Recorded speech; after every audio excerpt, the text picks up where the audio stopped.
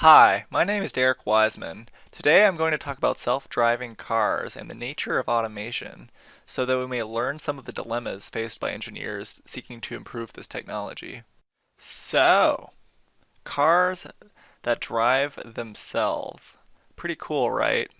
But besides just being awesome, why should we be interested in self-driving cars?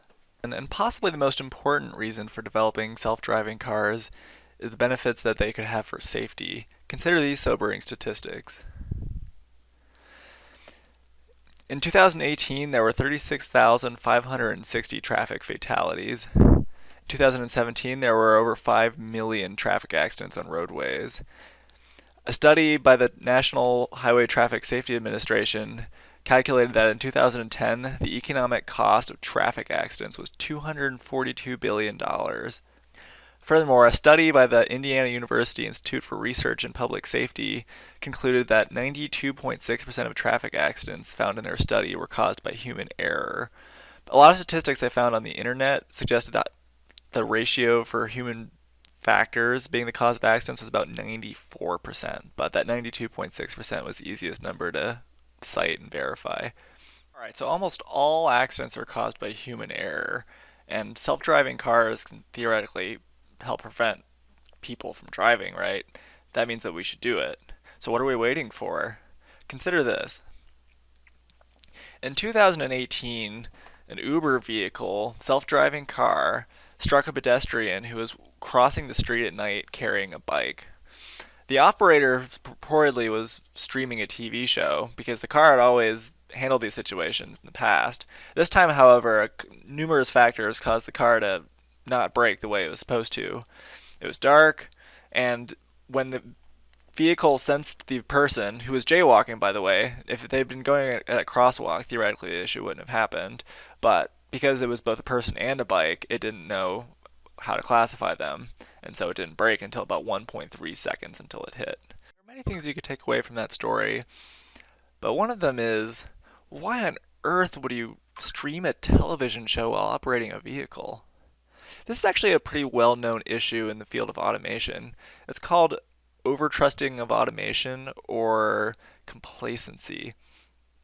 Basically, once you become completely trusting of the technology, then you're not prepared for what happens if the technology fails. There are three common failure modes associated with this. One of them is detection failures.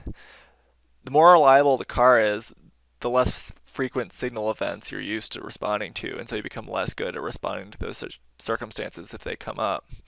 Another one is a loss of situational awareness. Consider driving with a GPS. When the GPS is making all the decisions for you, you don't really remember the decisions you had to make to get there.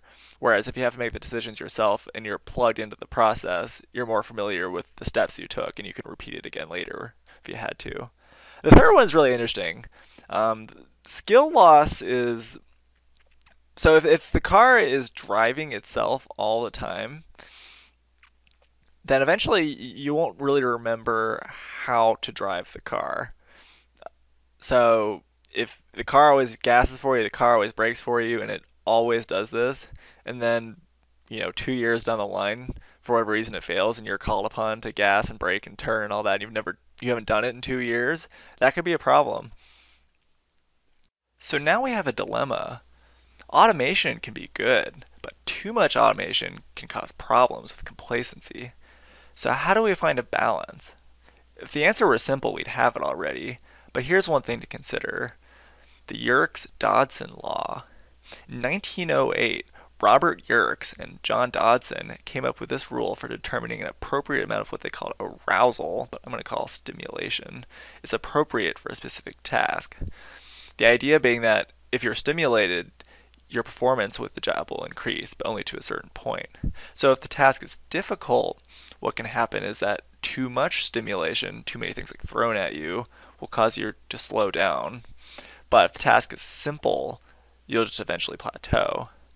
So in terms of automated vehicles, where this could be important is trying to have the operator doing continuous simple tasks just to keep them stimulated. Thank you so much for watching. If you want to learn more, you can follow the links and we're excited.